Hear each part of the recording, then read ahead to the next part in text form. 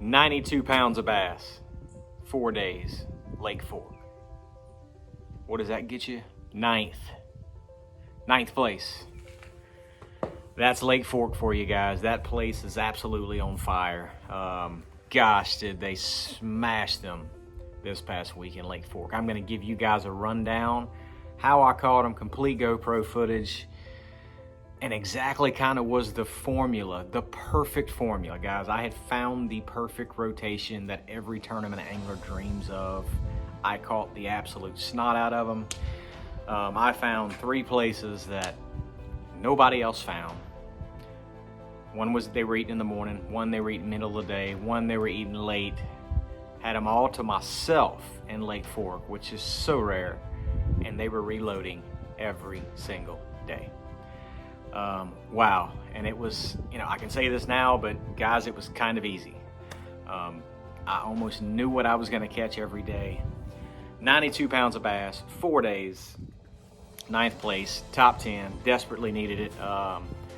What a tournament. Lake Fork, guys, history. Lake Fork has been good to me for the last 4 years. I have yet to miss a cut in that place, and finally squeaked into a top 10 here this past week on the 4th stop of the Bassmaster Elite Series. So here we go, going into Lake Fork. I've had a rough start to the season. Only made 1 cut in 4 tournaments. Dreadful start. I needed a good finish. There was no better place to get out of this slump than Lake Fork, Texas. Love that place. I know it pretty well. But going into this tournament, we're here at kind of a weird time. We've always been here, except for the COVID year. We were here in the fall. We've always been here kind of late spring. So, well, kind of middle of the spring. This year we were late. There were really no spawners going on. It was all a post-spawn tournament. So a lot of people were thinking a lot of fish are going to be offshore, but there just really wasn't a whole lot of fish offshore. There was some shallow, there was some in between, there was some starting to show up deep. So going into that tournament, this was a different Lake Fork. This Lake Fork was like 6.5 foot low. Extremely low, a little hard to get around, looked very different. I'd never seen it this low. So going into this tournament, I really concentrated on the areas that I'm very comfortable with. There's one specific area of Lake Fork, Birch, in that direction that's kind of been my bread and butter. And if there's one thing that I've learned about Lake Fork over the past 4 years, is that it's really not a pattern lake, guys. Lake Fork is a spot-specific deal and has been almost every single year that we've been there. So I decided to kind of sink my teeth into the same areas that I had done well in the previous 3 years. And it's more about taking an area, dissecting it, and kind of figuring out where those fish are coming to. And I found that. So, we're going into practice, guys. Practice was not easy. It was easy if you found them, but finding them was not easy. So there was still a little bit of shad spawn going on when we got there.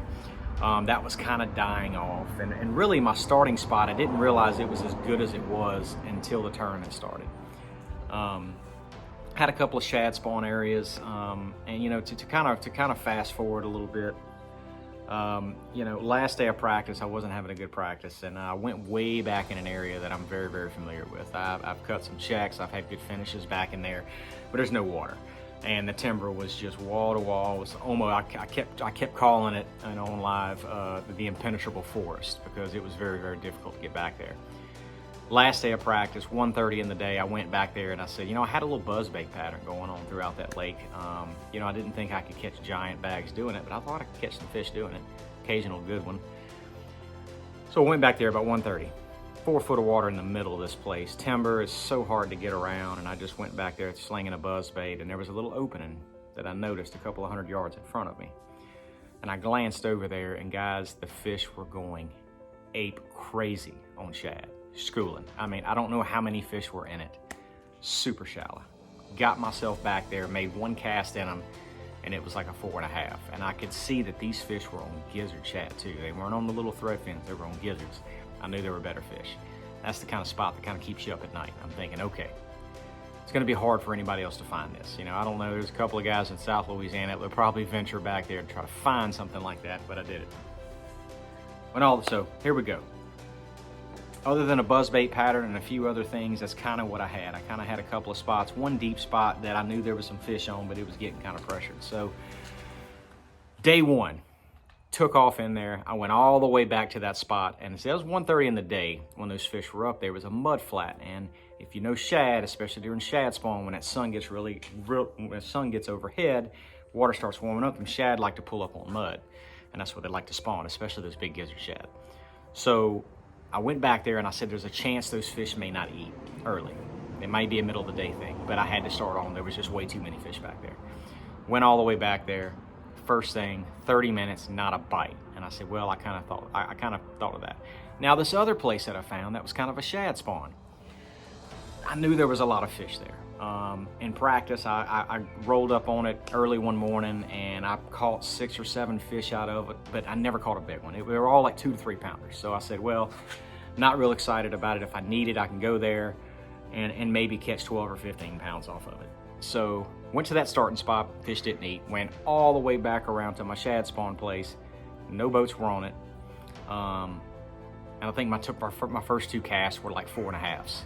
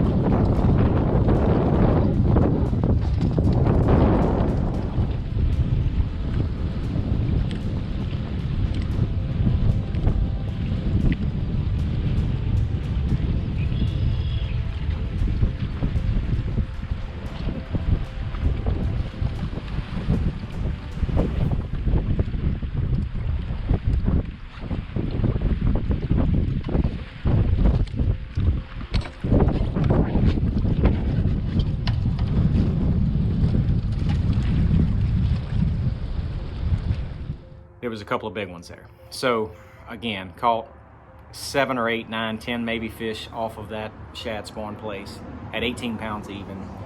Waited till the sun got up, ran my buzzbait stuff, didn't get a bite, then went back to those schooling fish. And they were chewing. I mean, absolutely chewing. That's exactly what they needed was sunshine. It was dirty back there. The wind was rolling. Perfect scenario set up for a chatterbait. Guys, they were absolutely chewing back there.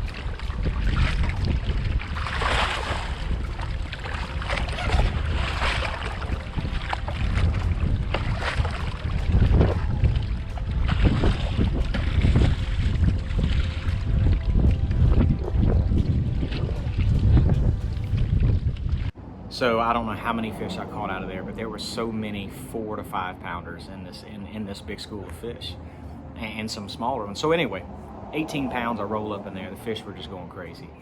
I caught a 6. I think I caught another one about 5 and another 4. So I've pretty much filled my 24-pound limit day one in that hole. Guys, I caught like 4 or 5 of them quick, and I made a decision to leave. And I said, guys, I do not want to catch more 4-pounders. It's not going to help me. That could help me later on. So that was day one. So I'm 24th. I think I'm 24 pounds. I think I was sitting in 14th that first day with 24 something. But I felt pretty good about what I had. My first spot that I caught 18 pounds off of, I didn't really know. I didn't see any big ones there in practice, but I knew it had potential. Ended up being better than I thought. Felt pretty good going into day two. Day two, went back to my spot, shad spawn. I said, I'm not gonna go into those shallow fish, those schooling fish until the middle of the day. Went in there, about the same, guys. I caught, I think, around 18 pounds again, fairly quick.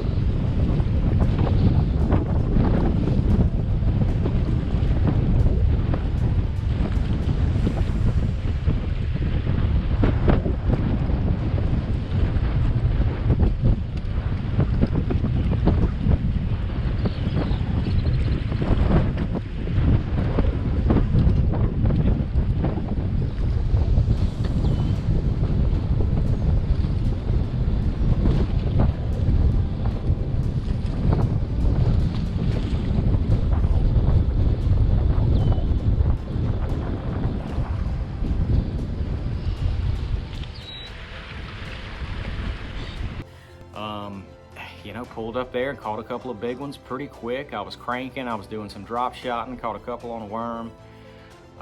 Ran back to those schooling fish a little bit earlier. It was like 9:30 and they were just going crazy again. Now I leaned on them a little bit on that second day. I probably caught 30 or so out of it. Got me all the way back to around 21 pounds or so, somewhere in that range.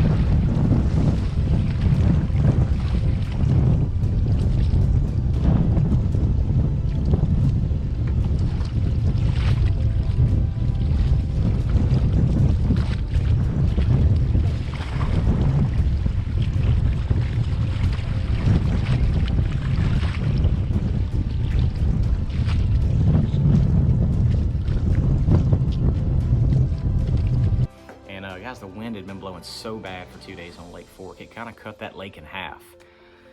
So I was able, second day, I had one spot deep that was kind of protected.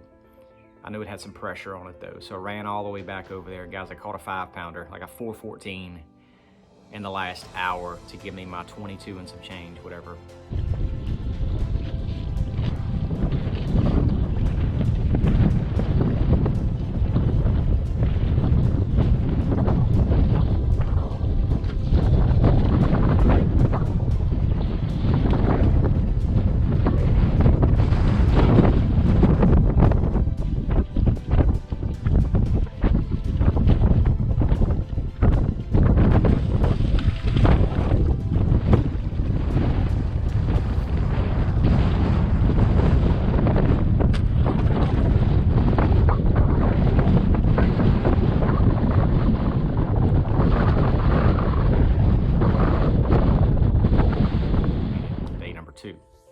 sorry, 23. I had 23 something, 23.2.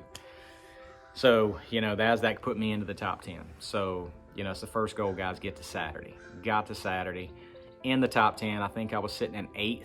I think I was sitting in 8th going into semifinal Saturday. You know, everybody kept asking me, do you think you can do it again? And I'm like, yeah, I really thought I could, you know, because both of these spots, guys, were out in the mouths of spawning creeks. These fish were coming.